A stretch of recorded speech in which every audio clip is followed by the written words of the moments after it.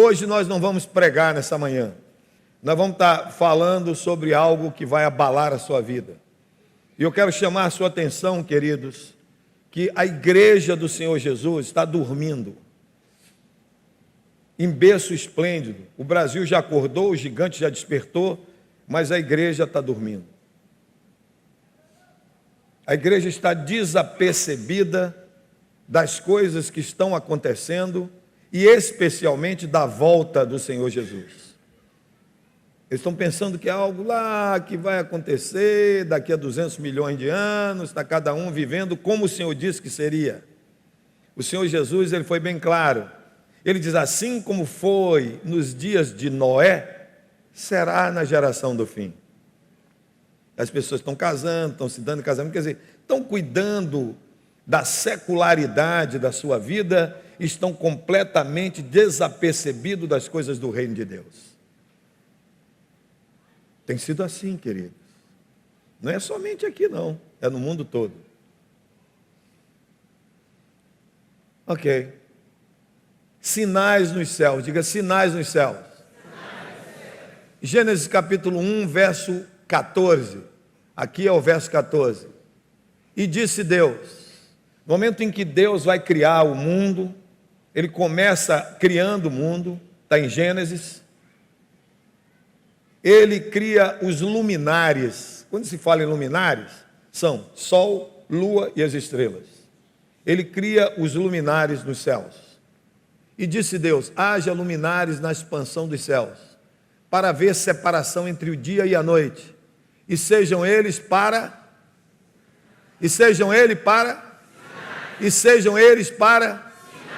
e para tempos determinados e para dias e anos. Yael Hanavi, o profeta Joel, no capítulo 2, verso 30 a 32, verso 30, e mostrarei prodígios no céu e na terra, sangue e fogo e colunas de fumaça. Aqui ele está falando de sinais que vai ser mostrado na terra. Quais são os sinais que vão ser mostrados na terra? Sangue, diga sangue, fogo e... Sabe que sinais são esses? Diga, esses sinais são sinais de guerra, de batalha na terra.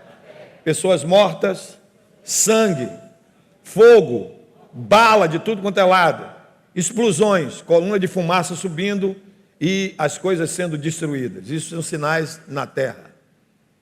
Jesus vai ser mais claro lá, quando ele diz, quando ouvi falar de guerra, de rumores de guerra, esses são os sinais.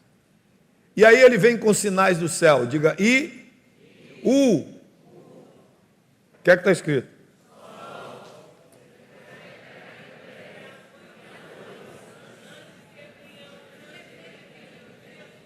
Antes que o Senhor volte, o grande e terrível dia do Senhor, Deus vai preceder isso com sinais nos céus. Que sinais ele vai colocar nos céus? Está bem claro. Qual é o sinal? Ele está dizendo que os sinais que vão preceder o grande e terrível dia, ou seja, a volta do Senhor, são lua transformada em sangue e sol transformado em trevas. E há de ser que todo aquele que invocar o nome do Senhor será salvo. Porque no monte Sião, a palavra Sião é uma palavra hebraica, Tzion, T-Z-I-O-N, Tzion. Tzion significa, vem do Shoresh, da raiz, Tzur, T-Z-U-R, que significa pedra. Tzion vem de Tzur, que significa pedra. E essa pedra é a pedra que Avraham Avinu, que é Abraão, nosso pai, colocou como altar no monte de Sião, onde foi construído o templo de Israel mais tarde, para sacrificar o seu filho Isaque, a Akedah Haitzak, ou seja, a amarração de Isaque. Ele não foi sacrificado, foi apenas amarrado.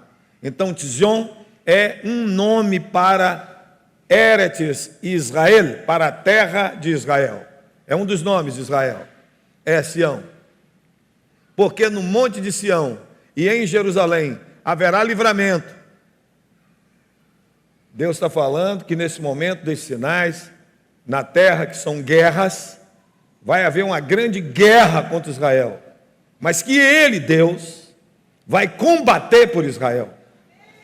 Porque Israel não vai ter capacidade de se defender desse ataque maciço de um exército de 6 nações que vão atacá-la. E por isso Deus vai ter que intervir. Está entendendo? Por isso que ele está dizendo, porque no Monte Sião e em Jerusalém haverá livramento, assim como o Senhor tem dito, e nos restantes que o Senhor chamar.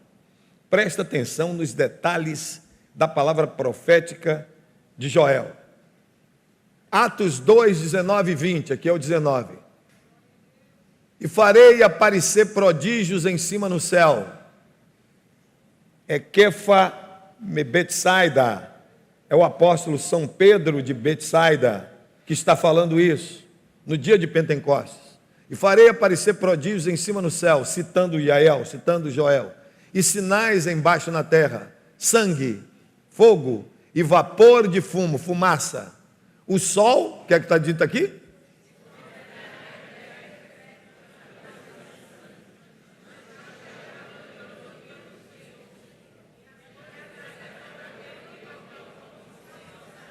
Ok. Veja o que o Senhor Jesus diz. Nós vimos o que o maior de todos os profetas da Bíblia, o Senhor Deus, o Criador de todas as coisas, disse: estou criando, estou inventando, estou estabelecendo luminares nos céus para que sirvam de sinais para você, para mim, e para que marque o tempo e os momentos que eu quero que sejam marcados. Depois vem o profeta Joel. 500 anos depois vem o maior de todos os profetas na terra, depois de Deus, é Deus Filho, Jesus. É Jesus quem está falando. Jesus está dizendo em Marcos 13, 24, 27. 24. Ora, naqueles dias depois daquela aflição, o sol se escurecerá, e a lua não dará a sua luz, e as estrelas cairão do céu, e as forças que estão nos céus serão abaladas. Ele está dizendo que um dos sinais que precedem a vinda do Senhor Jesus é que as estrelas vão cair dos céus. Diga, as estrelas cairão dos céus. Isso. Lembra que no início eu disse que a igreja estava desapercebida? As estrelas caíram dos céus, querido. No dia 19 de outubro de 2012, o jornal US Today, dos Estados Unidos hoje, assim publicou: estaremos vendo 64 estrelas caindo por hora, à medida que a Terra passa pela cauda do cometa Halley. Chuva de estrelas continuarão a cair da meia-noite até o dia amanhecer. A igreja não viu isso. A igreja não soube disso. Mas o que ele disse que aconteceria, os jornais publicaram que aconteceu, queridos. A igreja está dormindo. Os céus estão dizendo que Deus está cumprindo o que por Ele mesmo foi dito. E os jornais estão anunciando que já foi descrito pelos profetas. E então verão vir o Filho do Homem nas nuvens, com grande poder e glória. E Ele enviará os seus anjos e ajuntará os seus escolhidos, desde os 4 ventos, da extremidade da terra até a extremidade do céu. Isto acontecerá no futuro, quando os eclipses serão o sinal de Deus. Abra no Google, no site da NASA, e veja as datas de todos os eclipses lunares, ocasião que a lua ficou vermelha, ou ficará vermelha como sangue, e se chamarão de as luas de sangue. Eclipse, o sol desaparece, o sol não dará sua luz, e a luz se transformará em sangue. Eclipse total da lua e eclipse total do sol. Ele estabeleceu o sol, a lua e as estrelas para ser o quê? Sinais, queridos. Sinais. Essa revelação, o Deus da Bíblia deu a um judeu que é pastor messiânico e que pastoreia a igreja no ministério El Shaddai, em Washington, capital dos Estados Unidos, em 2008. Deus está no controle de todo o universo. Quer prova disto? Olhemos para Josué 10, 12, 13. 12. Então Josué falou ao Senhor no dia em que o Senhor deu os amorreus na mão dos filhos de Israel. E disse aos olhos dos israelitas: só detente em Gibeão, e tu, lua, no vale de Aijalon. E o sol se deteve, e a lua parou, até que o povo se vingou de seus inimigos. Isso não está escrito no livro do reto? O sol, pois, se deteve no meio do céu, e não se apressou a pôr-se. O que é que está escrito? Não se apressou a pôr-se. O que é que tem? Quase um dia inteiro. Não foi um dia de 24 horas, foi quase. Aconteceu isso, está registrado. O sol, pois, se deteve, e não houve dia semelhante a este, nem antes, nem depois dele, ouvindo o Senhor, assim, a voz de um homem, porque o Senhor pelejava por Israel. Querido, o que é que isso está provando? Está provando que Deus, o Deus da Bíblia, o Deus a quem nós servimos, a quem nós adoramos, Ele tem o comando, o controle pleno, total, profundo e cabal de todo o universo. Ele manda no sol, Ele manda na lua, Ele faz com que realmente se cumpra a sua palavra profética, de que este chamado exército dos céus, que são o sol, a lua e as estrelas, os astros de modo geral, mostrem, através de sinais estabelecidos por Deus, o que vai acontecer. Este sinal do céu, envolvendo ao mesmo tempo o sol e a lua, durou até que Israel vencesse a batalha e derrotasse seus inimigos. Versículo 13. O sol se deteve. Então o sol se deteve junto com a lua por quase um dia inteiro, ou seja, 23 horas e 20 minutos. Por quê? Sabemos exatamente isto. Porque 1 grau num relógio de sombra equivale a 4 minutos, logo 10 graus, 40 minutos. Compare isso que nós já acabamos de falar aqui com 2 de Reis 20, 11 e Isaías 38, 8, para a gente entender isso aqui. 2 Reis 20, 11 trata do rei Ezequias de Israel. E Yeshayahu Hanavi, o profeta Isaías, foi mandado por Deus a palácio real, e lá ele disse a Ezequias: prepara a tua casa, põe em ordem, porque você vai morrer, não vai viver. E foi embora, deu o recado de Deus, foi embora. Ezequias entrou num soro convulso e começou a mostrar a Deus que ele, dos reis últimos sobre Israel, ele tinha sido muito reto diante do Senhor e que ele não queria morrer. Deus manda o profeta voltar, o profeta volta e diz: olha aqui, Deus ouviu a sua oração, está lhe acrescentando 15 anos na sua vida. Ele fez: qual é a prova que vai acontecer isso? Aí ele diz: então o profeta Isaías clamou ao Senhor e fez voltar a sombra 10 graus, pelos graus que já tinha declinado no relógio de sol de Acaz. O sol estava marcando a hora no relógio de sombra, e ele fez o sol voltar atrás, desmarcar o que estava marcando, para provar que Deus estava mandando esse negócio. Isaías 38, 8, eis que farei retroceder 10 graus a sombra lançada pelo sol declinante no relógio de Acaz. Assim retrocedeu o sol aos 10 graus que já tinha declinado. Em outras palavras, o rei Ezequias disse: eu não quero, Deus, simplesmente que o sol se mantenha iluminando como fez com Josué. Eu quero que dê marcha ré. Isto é tão impossível que só o Deus de Israel pode fazê-lo. E Deus fez. Quando a NASA, diga a NASA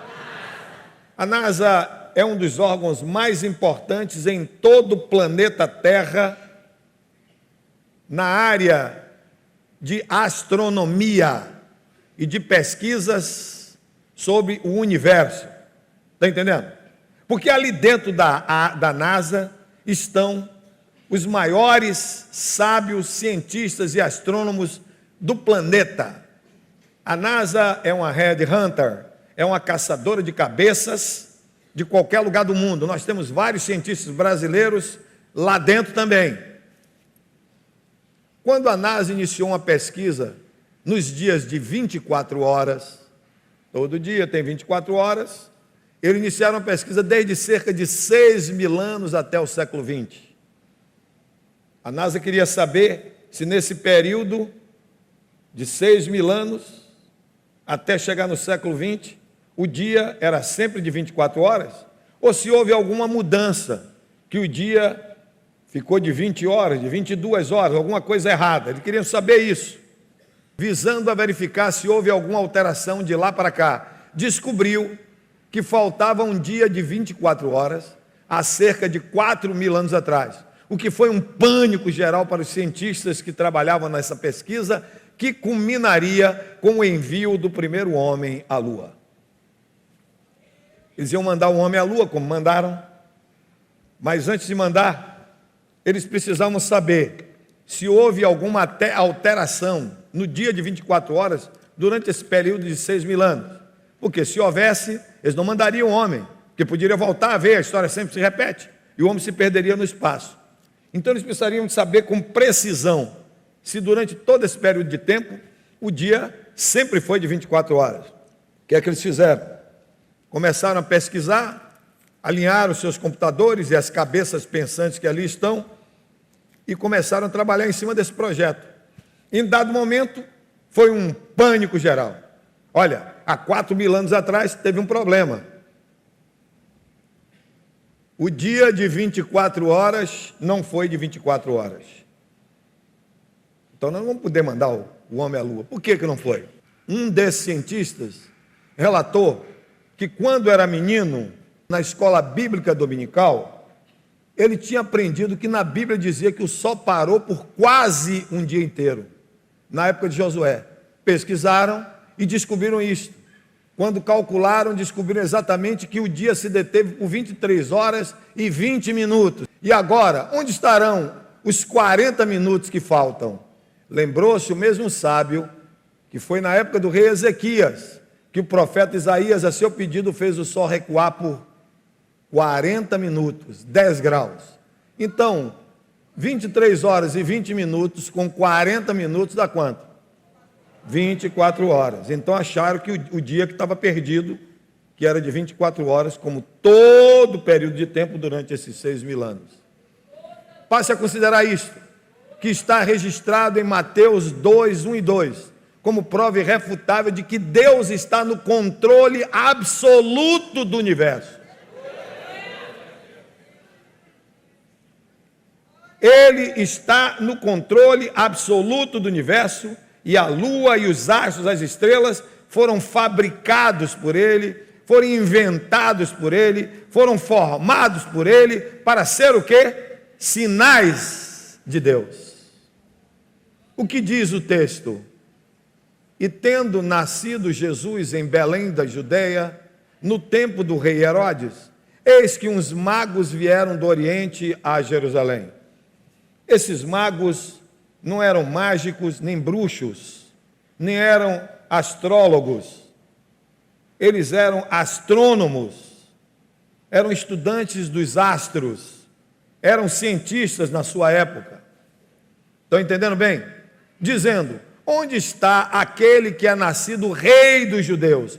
Porque vimos a sua estrela no Oriente e viemos adorá-lo.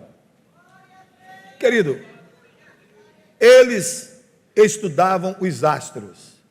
E em dado momento, perscrutando os céus, eles descobriram uma estrela diferente. Observe que esses magos não atravessaram a rua para encontrar com o Senhor Jesus recém-nascido. Eles seguiram aquela estrela há meses, até que ela parou no local exato da estrebaria onde estava o santo bebê. Eles começaram a observar aquela estrela de vários pontos do seu país. Lá no Oriente, onde está a Babilônia, onde estava a Pérsia, ali que eles moravam. Então eles começaram a observar aquela estrelinha diferente no céu. E eles começaram a andar um pouco, montado nos seus veículos, né? os seus camelos com tração nas 4 patas, e saíram de lá e vieram andando. Na medida que eles sentiram que eles iam andando para frente, eles viam que a estrela andava também. Quando ele parava, a estrela parava. Então ele disse: esse negócio é uma coisa diferente, é um sinal, é uma estrela sinalizadora. Vamos segui-la. E eles seguiram a estrela. Quanto tempo eles levaram seguindo essa estrela? Olha aqui, irmãos, você pode sentir uma coisa interessante. No livro do profeta Esdras, quando eles saíram da Babilônia, voltando para Jerusalém, depois dos 70 anos de cativeiro, Neemias é muito claro, eles iam andar a pé, da Babilônia, onde é hoje o Iraque, para Jerusalém, aonde era o destino deles. E ele descreve numa precisão cirúrgica, quando ele diz: saímos da Babilônia no primeiro mês, no dia 1º do primeiro mês, e chegamos em Jerusalém no 5º mês. Quanto tempo eles levaram andando do Iraque hoje até Jerusalém? 5 meses. Então vocês estão observando que esses magos, como está aqui, eles não atravessaram a rua para encontrar com o Senhor. Eles levaram 5 meses andando desde os seus países, seguindo aquela estrela, até Jerusalém.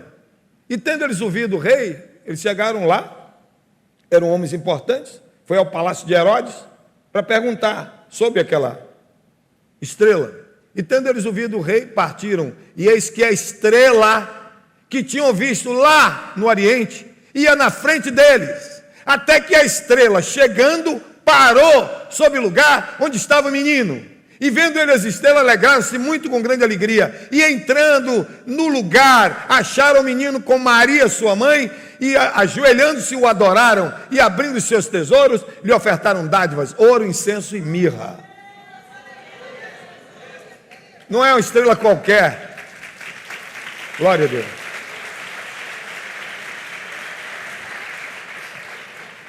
Não é uma estrela qualquer, queridos. Não é uma estrela solitária. Não é uma estrela candente. Não é uma estrela que corre nos céus. É uma estrela que marcava um grande acontecimento. Marcava que Jesus ia nascer em carne. E se vocês pararem para raciocinar, no momento que eles saíram seguindo a estrela, a Virgem Santa Maria estava com um bebê dentro da barriga dela, com 4 meses. O bebê tinha 4 meses dentro da barriga de Maria. 5 meses depois, o bebê estava com quantos meses? 9. É hora de nascer? Foi a hora que a estrela parou em cima da casa que o menino tinha nascido. Você está falando com Deus que criou a lua, as estrelas e os astros de modo geral, para que fossem sinais dele, da ação dele sobre a terra. O que foi revelado por Daniel, Hanavi, o profeta Daniel, ao rei Nabucodonosor: eu quero que você saiba, ó rei, que existe um Deus no céu que tem poder sobre o mundo dos homens.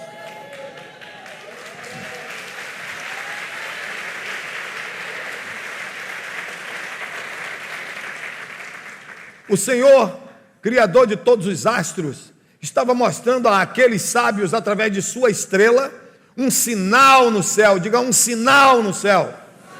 Um sinal no céu.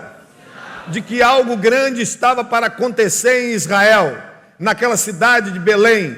O Senhor Jesus estava vindo para nascer em carne. Queridos, existem vários livros chamados, considerados livros sagrados, em várias partes do mundo, na mão de vários povos do mundo. Existe o Corão para os muçulmanos, existe o Vedas para os hindus, existe o Bhagavad Gita, existe as centúrias. Só existe um livro único em todos os tempos, desde que existe humanidade na Terra até os nossos tempos, chamado Bíblia Sagrada. É o único que tem profecia, que falou há 500, 700, 1000 anos atrás, e aconteceu, acontece e acontecerá, com a precisão cirúrgica, tudo que o Deus da Bíblia escreveu no seu livro, A Constituição do Governo de Deus, o Manual do Fabricante.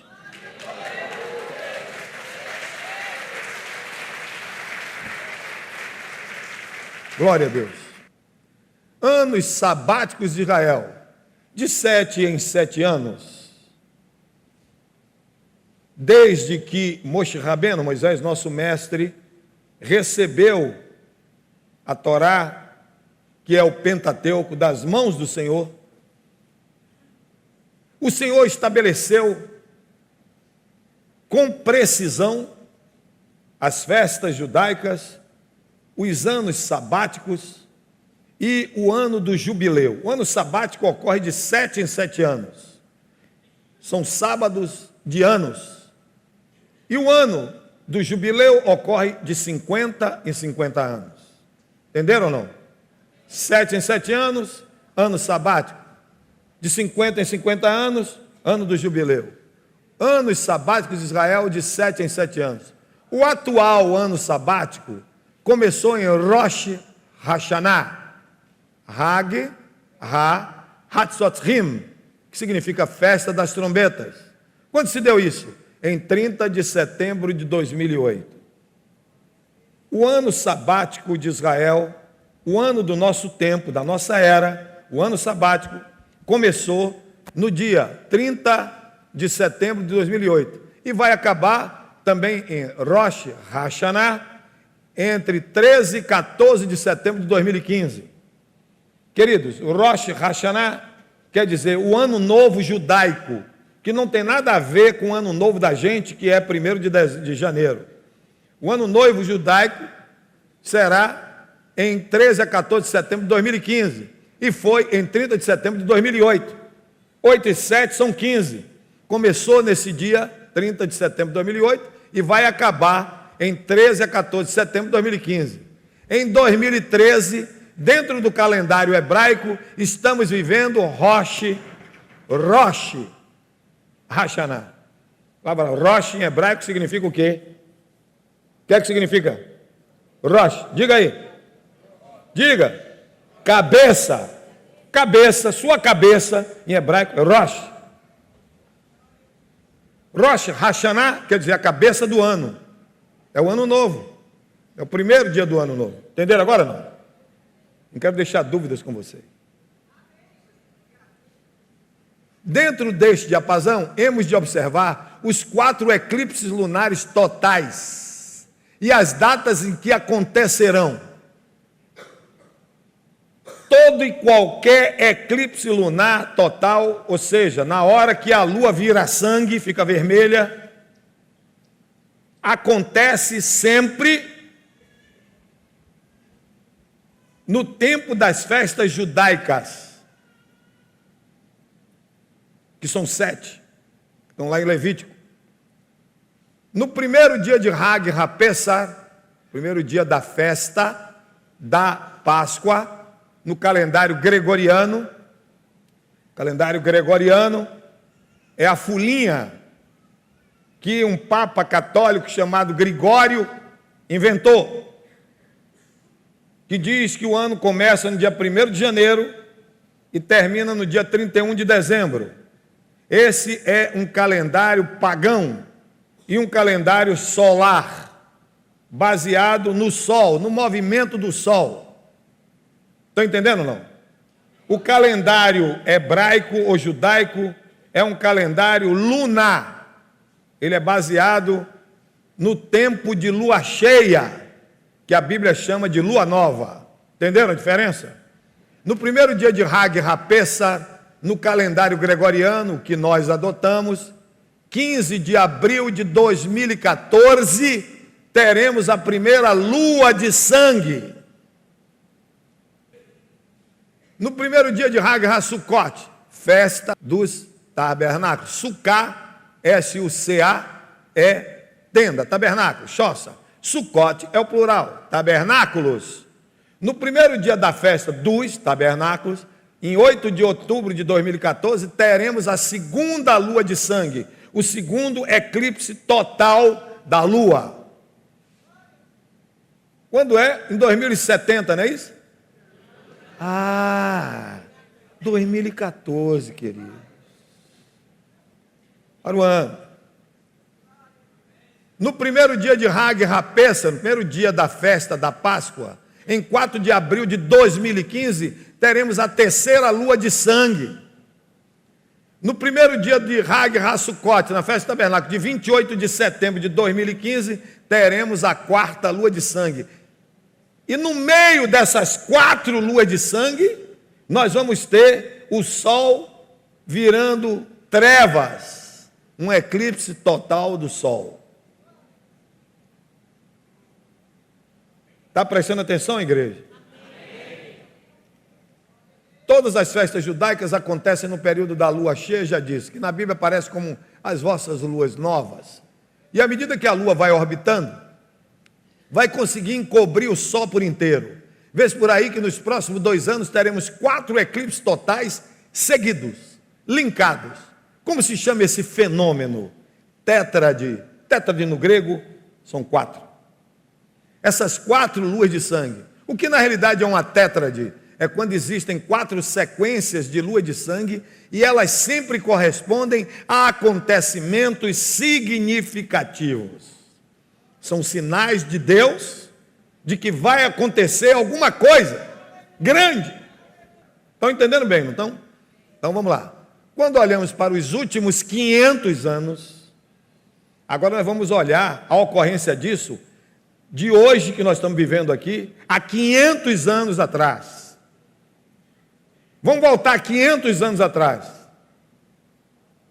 e ver nesses últimos 500 anos, quando é que aconteceram tétrades, para a gente entender se quando aconteceram, teve grandes fatos históricos muito significativos. Quando olhamos para os últimos 500 anos, verificamos, houve 3 tétrades. Todos caíram no primeiro dia da Páscoa e no primeiro dia dos tabernáculos. A Páscoa começa no início do ano no calendário judaico, mês de Aviv, mês da primavera, e tabernáculos é a última das festas, por isso fecha o ciclo de festas. Vasculhemos então os sinais dos céus. Vamos focar na última tétrade, nos últimos 500 anos atrás, e ver que acontecimento significativo se verificou. A Inquisição Espanhola, no final do ano 1492, quando o decreto de Alhambra ordenou que todos os judeus restantes que não se convertessem ao catolicismo deixassem a Espanha.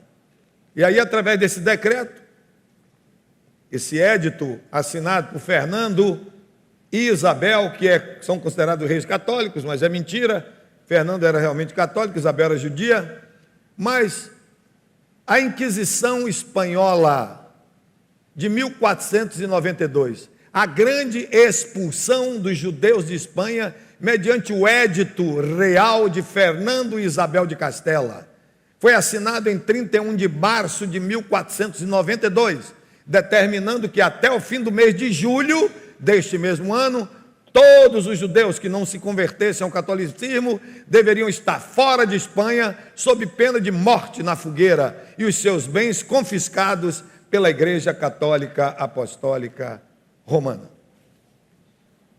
Olha, você viu o prazo qual era? Aqui, ó, 31 de março de 1492, foi assinado o decreto. Até o fim do mês de julho, 31 de julho. Quanto tempo? Março, abril, 1 mês. Maio, 2 meses. Certo? Março, abril, 1 mês. De abril a maio. De maio a junho. De junho a julho. Está vendo as tétrades? 4 meses. Vocês têm 4 meses para cair fora, irmão.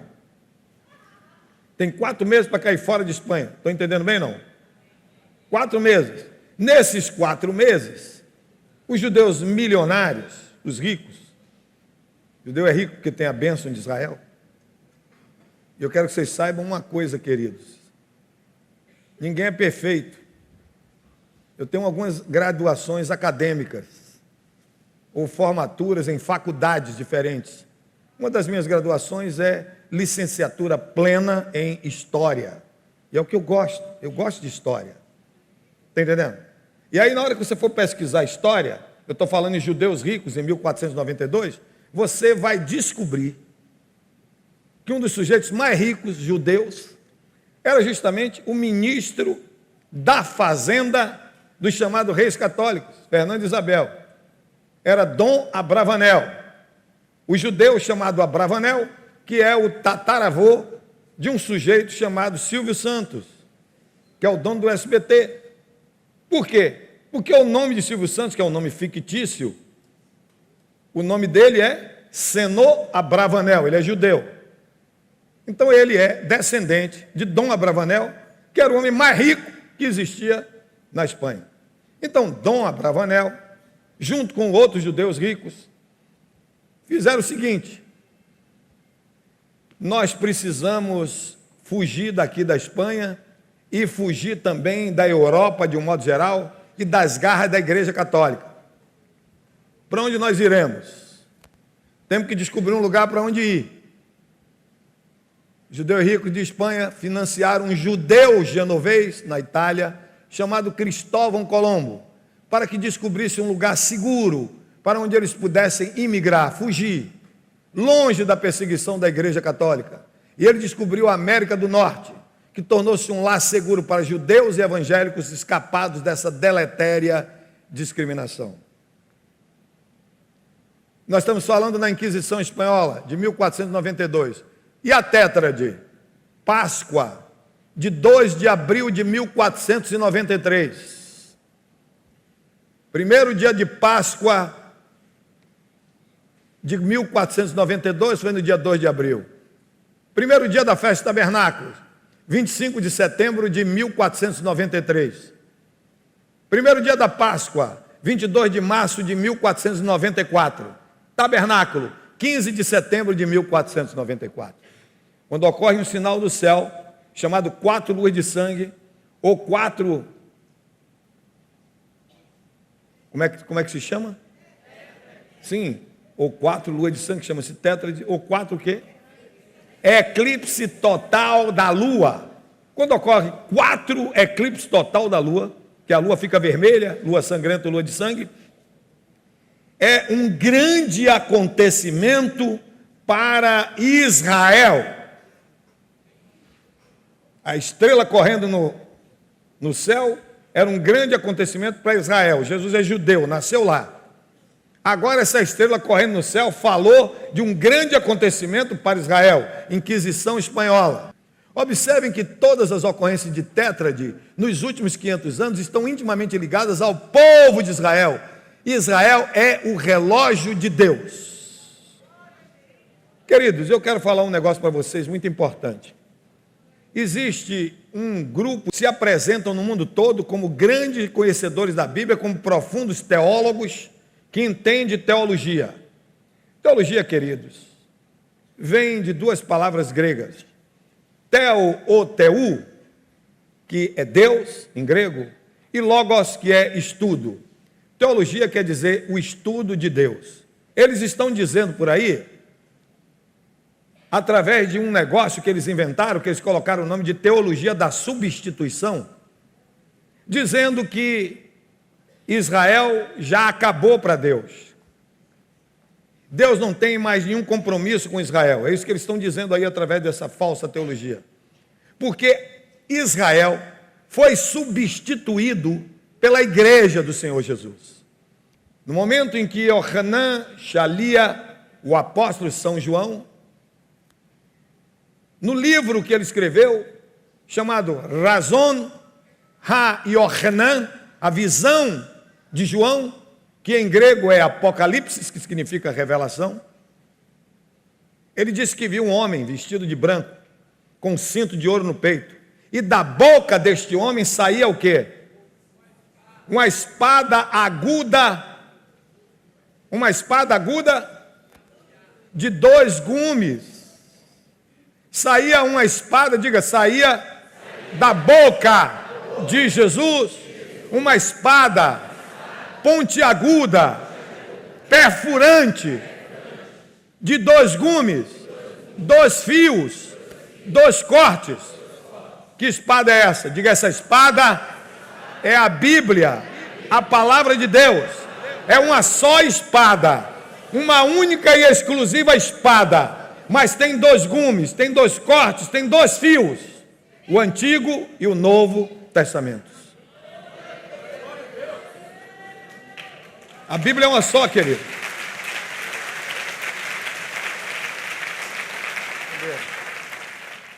Então, queridos, se você olhar para mim e não me conhecer, e tem uma pessoa do seu lado, você, como é seu nome, meu filho? Hein? Luciano. Então observe, Luciano, que você não me conhece. Aí pergunta a ela, vem cá, quem é esse aí? Ela vai dizer o quê? Ele é Átila Brandão. Ou você pergunta a qualquer pessoa, ele vai dizer, ele é Átila Brandão. Então, você pode acreditar ou não que eu sou Átila Brandão. Depende da pessoa que está lhe falando. Mas, na hora que você perguntar a mim, quem é o seu nome? Quem é você? Eu vou dizer, eu sou Átila Brandão. Você vai acreditar? Por quê? Porque sou eu que diz quem sou eu, meu amigo. É ou não? É isso aí, querido. Então, se você abrir sua Bíblia agora, igual os bereanos faziam, no livro de Êxodo, capítulo de número 3, Êxodo capítulo 3, o versículo é o de número 15. Deus está respondendo a Moshe Rabbeinu, Moisés, nosso mestre, a pergunta que Moisés fez para ele. Moisés chegou para ele e disse, Mashemou, qual é a natureza do teu nome? Como é que você se chama? Eles vão perguntar a mim, quem é você? E eu vou dizer para aqueles 3 milhões de judeus que são escravos lá em Mitzrayim, lá no Egito, que você é você. Agora eu quero saber como é seu nome. Eu estou dizendo 3,15, não é 3,14. Em Êxodo 3,14, o Senhor responde, Asher, Erie, Asher, eu sou quem sou, eu era quem era, e eu serei quem você precisar que eu seja. Esse é o 14, eu não estou falando nesse. Eu estou falando em 3,15, onde ele vai declarar qual é o nome dele. O que é que ele está dizendo aí? Missionário, bota aqui no missionário aí. Disse Deus ainda mais a Moisés, assim dirás aos filhos de Israel, o Senhor, o Deus dos vossos pais, o Deus de Abraão, o Deus de Isaque e o Deus de Jacó me enviou a vós, outros, este é o meu nome, eternamente, e assim serei lembrado de geração em geração. Este é o meu nome não é Jeová, o meu nome não é Elohim, o meu nome não é Hashem, o meu nome não é Ani, eu sou, o meu nome é Deus de Abraão, Deus de Isaque e Deus de Jacó. É assim que eu quero ser conhecido eternamente.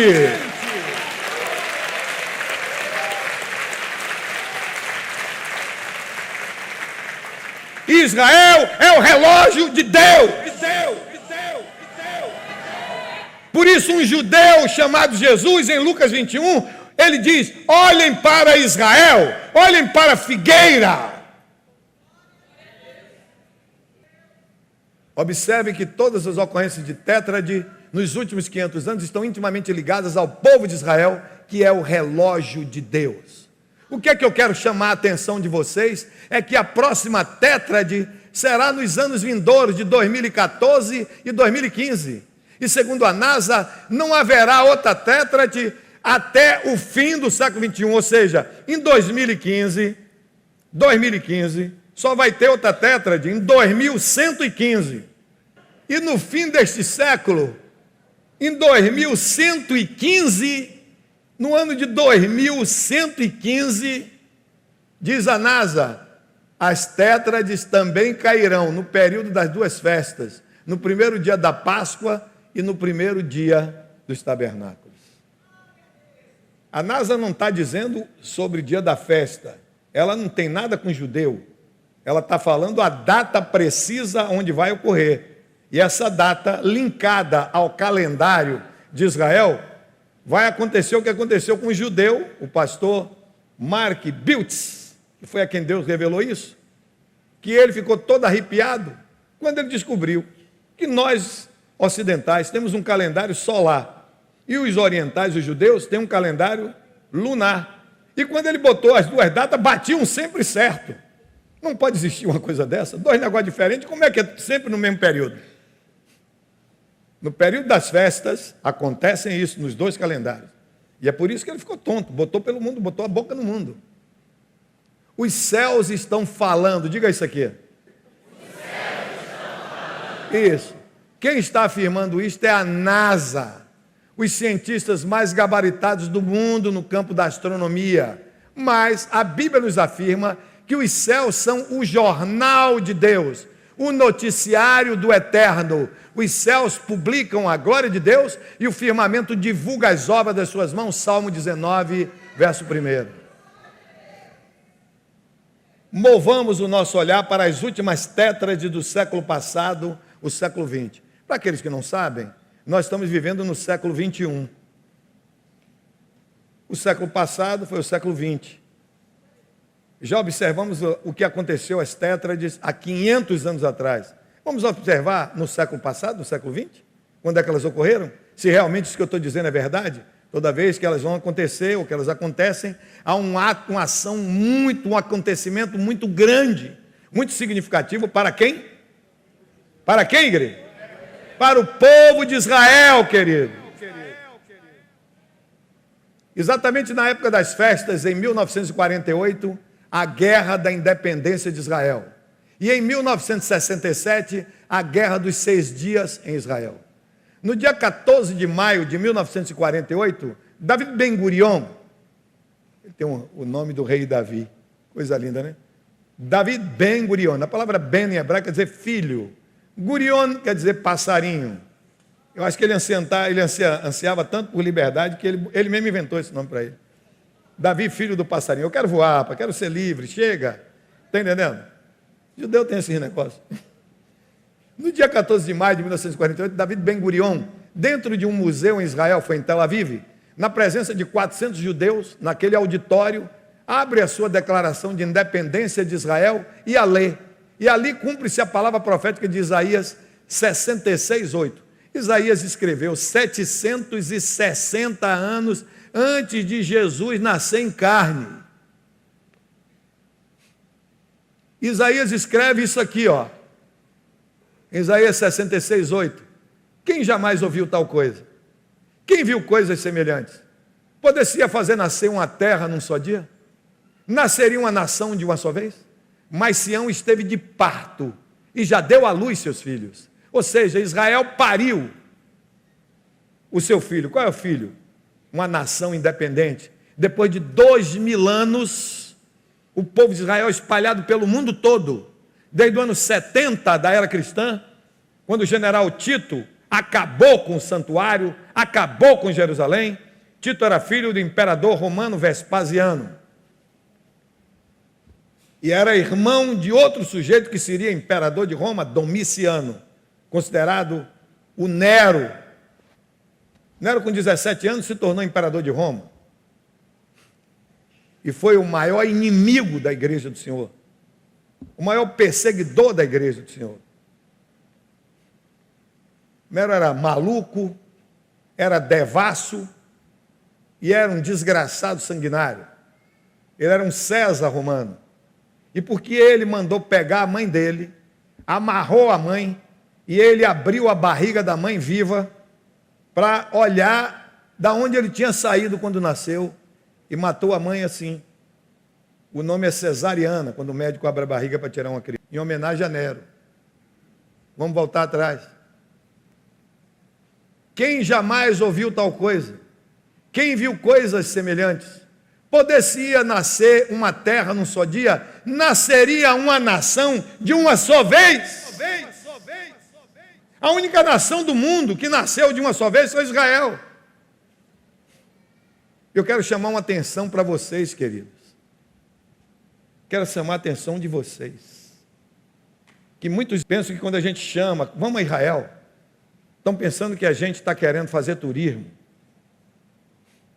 Estão pensando que a gente quer ganhar o dinheiro de vocês. Estão pensando que a gente quer judaizar a igreja. Queridos, isso é profético. Israel está amarrado em um cordão umbilical chamado Brasil.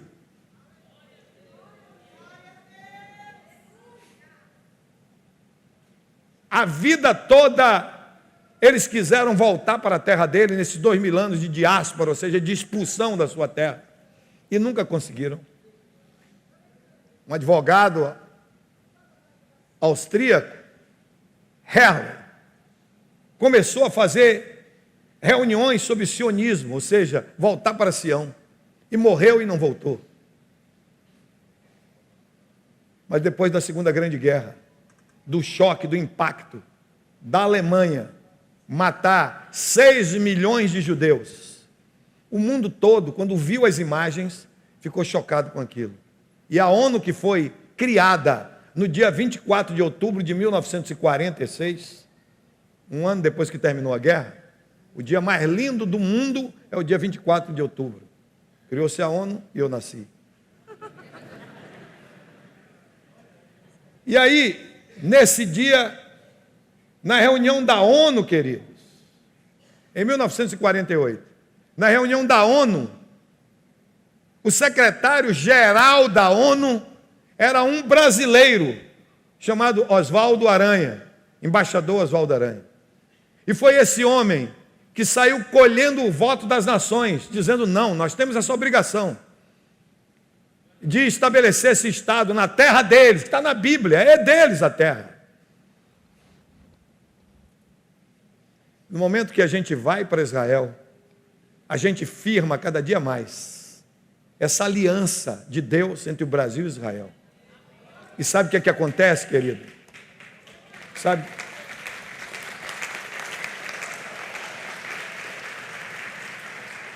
No momento que eu levo vocês para Israel, no momento que eu levo pessoas para Israel, que vão comigo, e lá vocês gastam dinheiro comprando coisas, e você abençoa o Estado de Israel, o país chamado Israel, que Israel vive de turismo, da sua ida para lá. E no momento que você abençoa ele com o seu dinheiro, compra lá um sorvete, almoça num restaurante, e compra um suco de romã, e aí você paga o imposto para o Estado de Israel, sabe o que acontece? Cumpre na sua vida e de sua família a palavra do maior profeta da Bíblia, que é Deus, dizendo, eu abençoarei todos que abençoarem Israel, e amaldiçoarei aqueles que amaldiçoarem a Israel. É profético, querido. Guerra da Independência de Israel, em 1948. 14 de maio de 1948, David Ben-Gurion declara, num dia só nasce a nação. Olha, a partir de hoje, nós estamos fundando o Estado de Israel, ele lendo assim. Ó. Guerra da Independência de Israel, em 1948, Tétrade. Páscoa, 13 de abril de 49. Festa do Tabernáculo, primeiro dia, 7 de outubro de 49. Páscoa, 2 de abril de 50. Tabernáculo, 26 de setembro de 1950. Viu aí a tétrade? Novamente visualizamos as 4 luas sangrentas seguidas. Outra vez o fenômeno no céu aponta para um grande acontecimento na história de Israel. Qual foi a próxima tétrade após essa de 48? A Guerra dos 6 Dias, em 1967. Querido,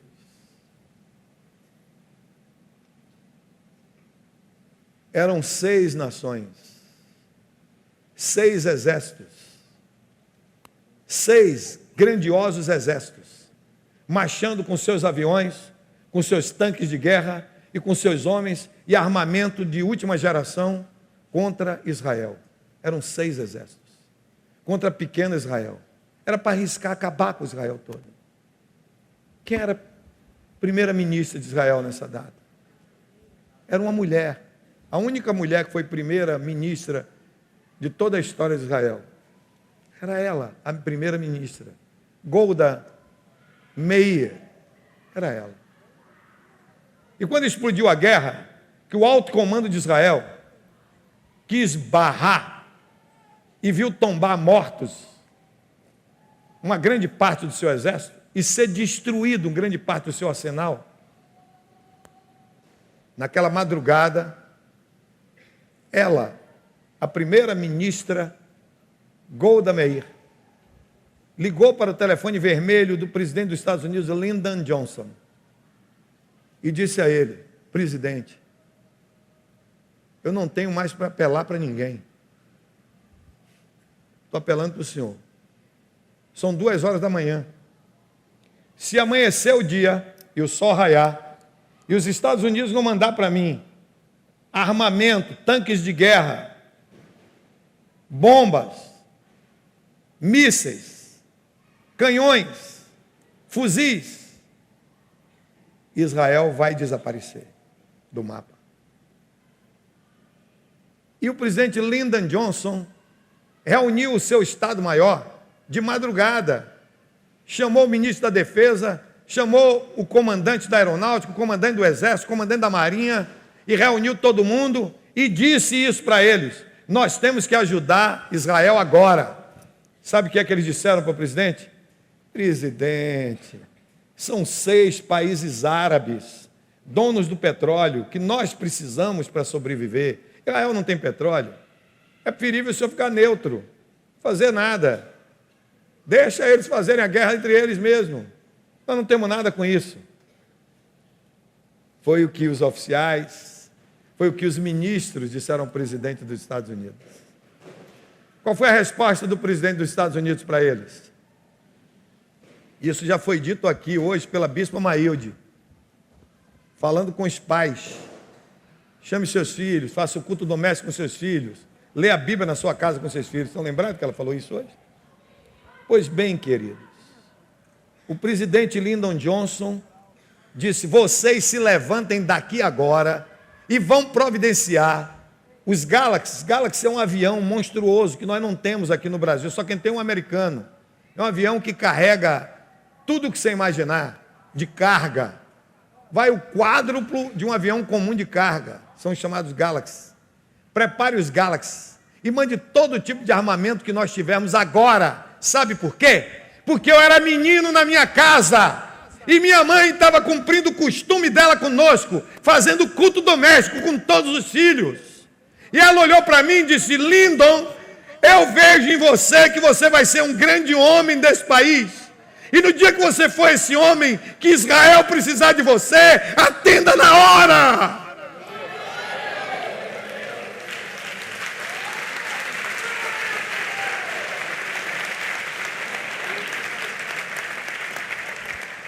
Existe um Deus no céu que tem poder sobre o mundo dos homens. Ninguém sabe disso.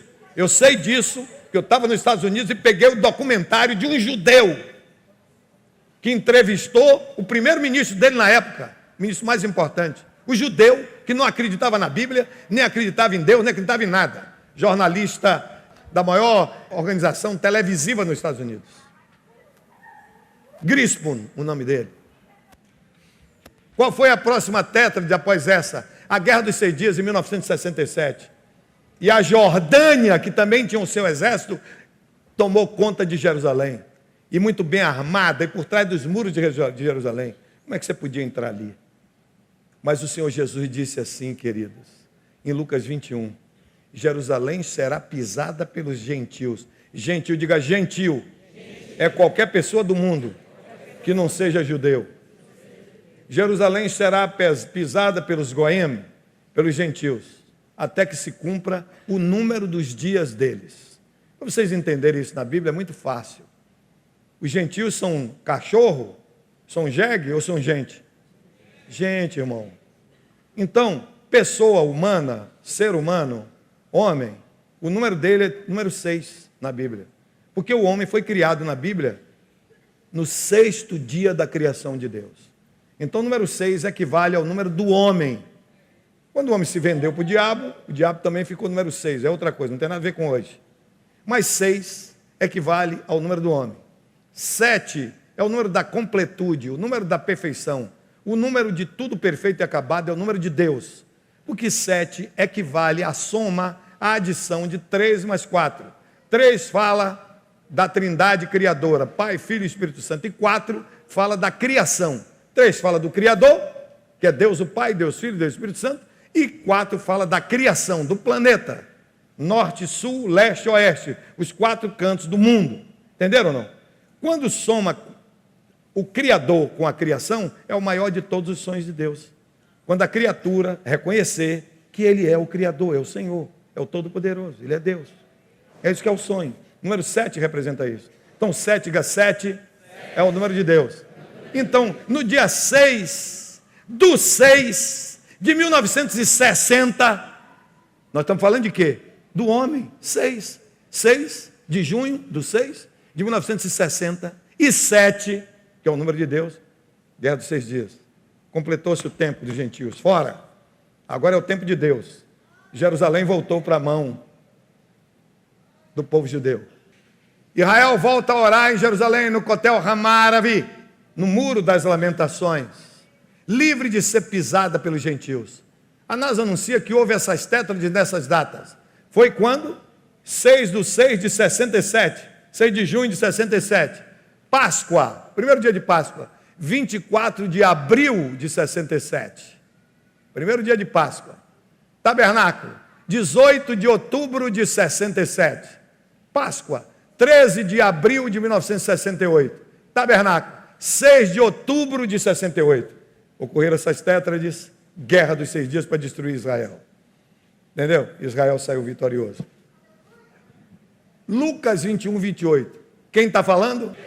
Olha o que ele diz. Ora, quando essas coisas começarem a acontecer, olhai para cima e levantai as vossas cabeças, porque a vossa redenção está próxima.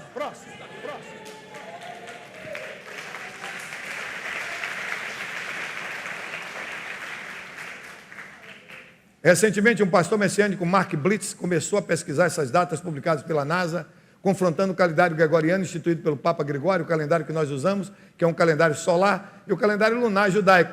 Ambos não estão disponibilizados no site da NASA. Segundo esse pastor, ficou completamente arrepiado quando constatou que em ambos os calendários as tétrades aconteceram exatamente na mesma data. Já falei isso. Existe um padrão. A NASA anuncia para os anos seguintes outra tétrade, ou seja, as 4 luas de sangue vindouras. Primeiro dia de Páscoa, 15 de abril de 2014, 29 de Adar, para os judeus. Primeiro dia de Tabernáculo, 8 de outubro de 2014, dia 1º de Nissan. Primeiro dia de Páscoa, 20 de março de 2015. Tabernáculo, 28 de setembro de 2015. Vão acontecer mais 4 luas de sangue. Está pertinho ou não? Quando é que começa? Para o ano, querido. Tá bom. O que é mais curioso é que no meio exato dessas 4 luas sangrentas de 2014 e 2015, justamente entre 29 de Adar e 1º de Nissan, que é o dia 20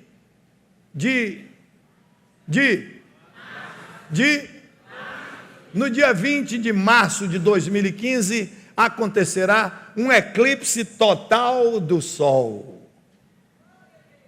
No meio das 4 luas de sangue, vai acontecer um eclipse total do Sol. As 4 luas de sangue, a lua se torna em sangue, fica vermelha. Eclipse total do Sol, o Sol não dará a sua... Vai ficar negro, escuro, não se vê nada. O dia vai virar noite. Estão assimilando bem, não? Agora, eu quero que vocês assimilem mais ainda, que os malucos, os doidos de pedra, não saiam espalhando por aí que eu estou profetizando. Eu não estou profetizando nada, nem volta de Cristo, nem arrebatamento da igreja, nem coisa nenhuma. Estou apenas provando cientificamente que... Diga o que é que está escrito ali em cima, lá. Ó. Mais uma vez. Mais uma vez, igreja.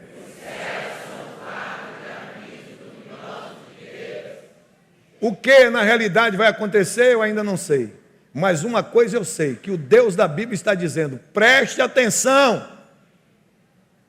Desperta, igreja. Prepara-te, igreja, para te encontrares com o Senhor teu Deus.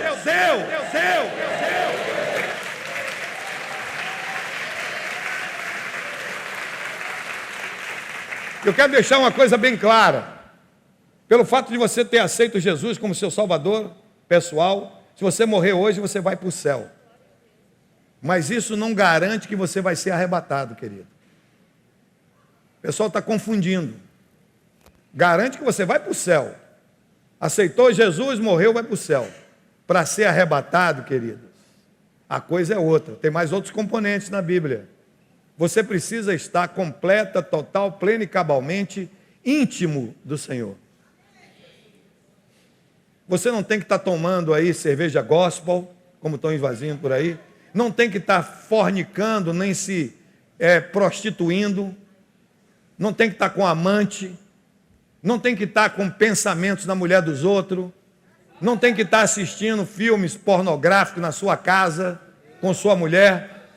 Não tem que estar comprometido com o pecado. Não tem que estar falando mal dos seus líderes. Não tem que estar emprestando o seu ouvido para ser pinico do diabo. Você tem que estar santificado. E eu vou mostrar isso para você de uma maneira clara. O arrebatamento é o encontro da igreja com o Senhor Jesus glorificado. Está entendendo, igreja? Ele não vai descer na terra. Ele vai ficar em cima das nuvens e a igreja vai subir para encontrar com Cristo o quê? Que Cristo é? Que Cristo é? Quantos apóstolos ele tinha? Só 3. Subiram com ele para o monte para vê-lo glorificado no dia de quê? Da transfiguração. Só 3. O resto o que é que tem? Ficou embaixo. Não me responda não, irmã. Olha para a sua vida. Olha para a sua vida. Olha para dentro de você. É uma catarse. Você tem que olhar para dentro de você. Como é que eu estou? Como é que está a minha vida? Em Levítico 23, o Deus da Bíblia estabelece as festas de Israel em datas precisas de geração em geração. Lucas 12:56, o Senhor Jesus imperativa: hipócritas, sabeis discernir a face da terra e do céu? Como não sabeis então discernir este tempo? Vamos para lá. O que Jeová quer nos falar com as 4 luas sangrentas que ocorreram em 2014 e 2015, com um eclipse solar no meio? Deus está nos mostrando, vamos ler isso aqui, ó. Deus...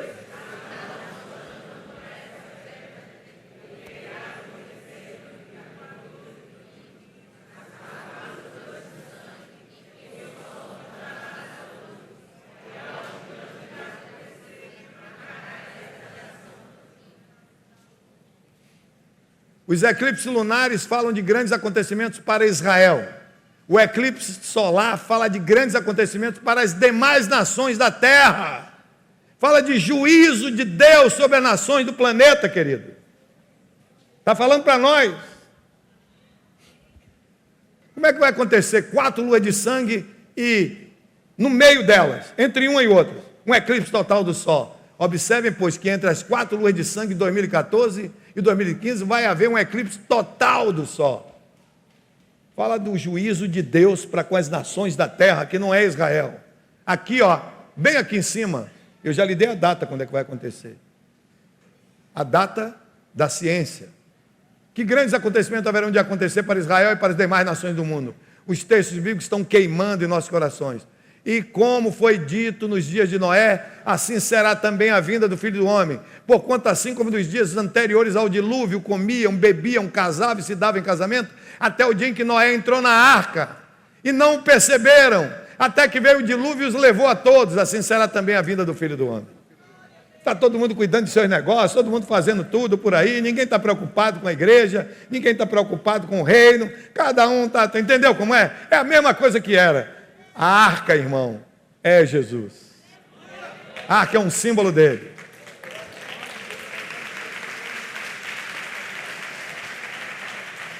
Olha o que ele diz aqui, Mateus 24, 37 a 39 e 42, 37. Vigiai, pois, porque não sabeis a que hora há de vir o vosso Senhor. Porque, em 1 Tessalonicenses 5, 2 e 4, porque vós mesmos sabeis muito bem que o dia do Senhor virá como ladrão de noite. Olha o 4, mas vós, irmãos, já não estáis em trevas, para aquele dia vos surpreender como ladrão. Eu estou falando isso agora para vocês, os pregadores estão falando para vocês. Você não pode estar aí sem saber. 2 de Pedro 3, 10, 10. Mas o dia do Senhor virá como ladrão de noite, no qual os céus passarão com grande estrondo, e os elementos ardendo se desfarão, e a terra e as obras que ainda lá se queimarão. Depois de arrebatamento é a tribuna de honra. O que é que vai acontecer? Depois as pessoas que foram arrebatadas vão comparecer diante da tribuna de honra. A Bíblia diz assim, ou não sabeis, Paulo escrevendo, que haveremos de comparecer diante do tribunal de Cristo. Não existe tribunal de Cristo. A palavra é bema, no grego, que significa tribuna. Tribunal em grego são duas palavras, dicastírion e basílica. Significa tribunal do cível e tribunal do crime. Então ele está falando bema. O que é bema? Bema é uma palavra grega que foi traduzida por Jerônimo, que traduziu do grego para o latim, a Bíblia chamada Vulgata Latina, pela palavra pódium. O que é pódium? Pódium, diga pódium, é o lugar onde os atletas que ganham nas competições sobem para receber a medalha. Ou não sabeis que vocês têm que subir ao pódio para receber das mãos de Jesus as suas medalhas, as suas coroas, os seus troféus, pelo que vocês fizeram? Após o arrebatamento, vem a tribuna. Nós vamos receber os presentes que o Senhor tem para dar. E após isso, vem o quê? Vem a ceia, o jantar do casamento do Senhor Jesus com a sua noiva, a igreja, para os que foram arrebatados. Vou tornar a lembrar os irmãos, Lucas 14, de 14 a 24. E serás bem-aventurado, porque eles não têm com que tu recompensar, mas recompensado te será na ressurreição dos justos. Aqueles que já morreram, ressuscitarão primeiro. Está falando de quê? Do arrebatamento da igreja. E ouvindo isto, um dos que estavam com Jesus à mesa disse, bem-aventurado que comer pão no reino de Deus. Porém ele disse, um certo homem fez uma grande ceia e convidou a muitos. Ele está falando na ceia, o certo homem que ele está falando é dele mesmo. E ele está falando da ceia do casamento dele com a igreja. Ceia das bodas do casamento do Cordeiro. Ele está falando nisso. E mandou convidar a um bocado de gente na terra. Porque muitos são? Muito. E poucos são? E no dia da ceia, na hora do arrebatamento, o que é que aconteceu? Os anjos vêm juntar e perguntou, está na hora? Não, eu tenho um casamento para ir.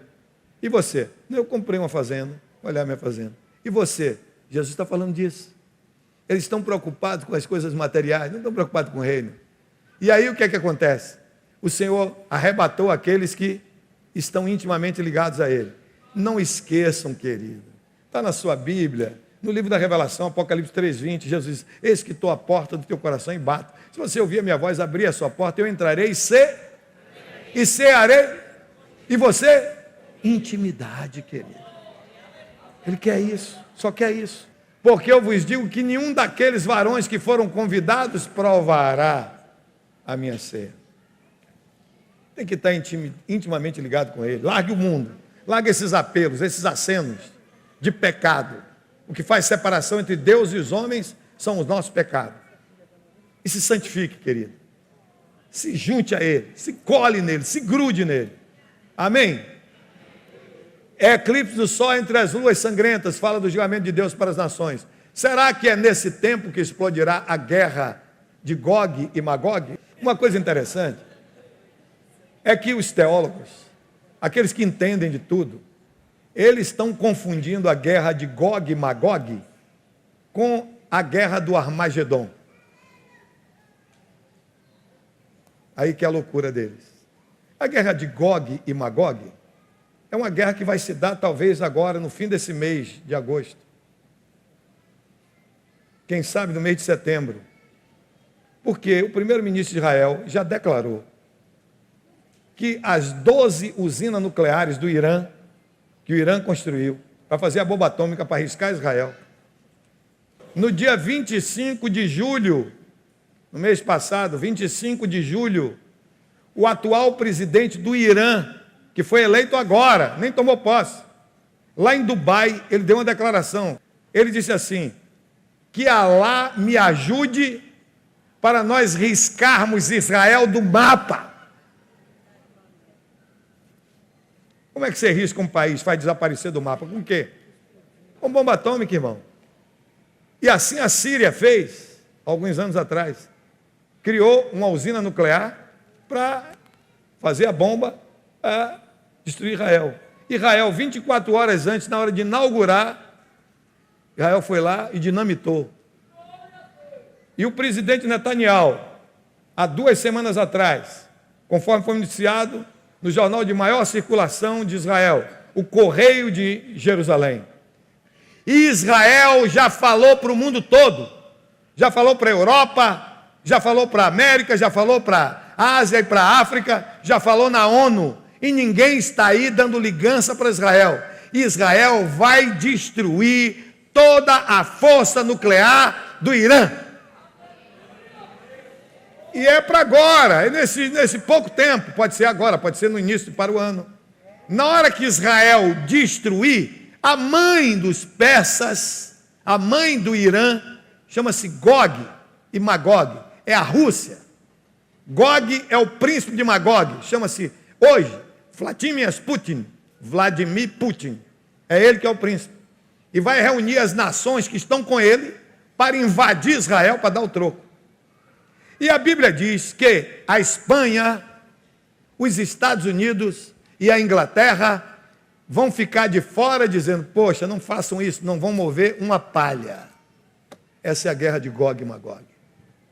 Está na cara. Na hora que destruir lá, eles vão fazer isso. Na hora que eles fizerem isso, o Deus de Israel vai cumprir o que ele disse que vai cumprir.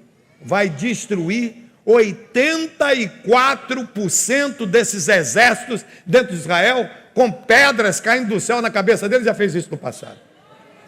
Deus vai usar a sua estratégia antiga contra os novos inimigos de Israel. Isso é a guerra de Gog e Magog. Eu estava estudando na Universidade Haivrit Bierushalayim, na Universidade Hebraica de Jerusalém, quando o chefe do Estado-Maior de Israel foi falar para a gente e disse: nós estamos esperando dentro desse último ano, desses 5 anos, a guerra de Gog e Magog. Domingo eu vou falar sobre isso. Ok, thank you, I love you. Vamos ficar de pé, querido. A igreja foi abençoada hoje? Glória a Deus. Então dê uma salva de palmas para o Rei Jesus.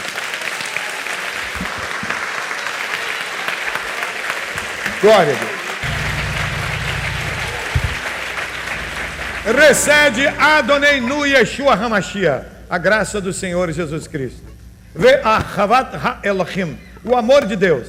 Vê Hitarabrut Bihuar HaKodesh, a comunhão do Espírito Santo. E Mikuli Rema, seja com todos vós. Amém e amém.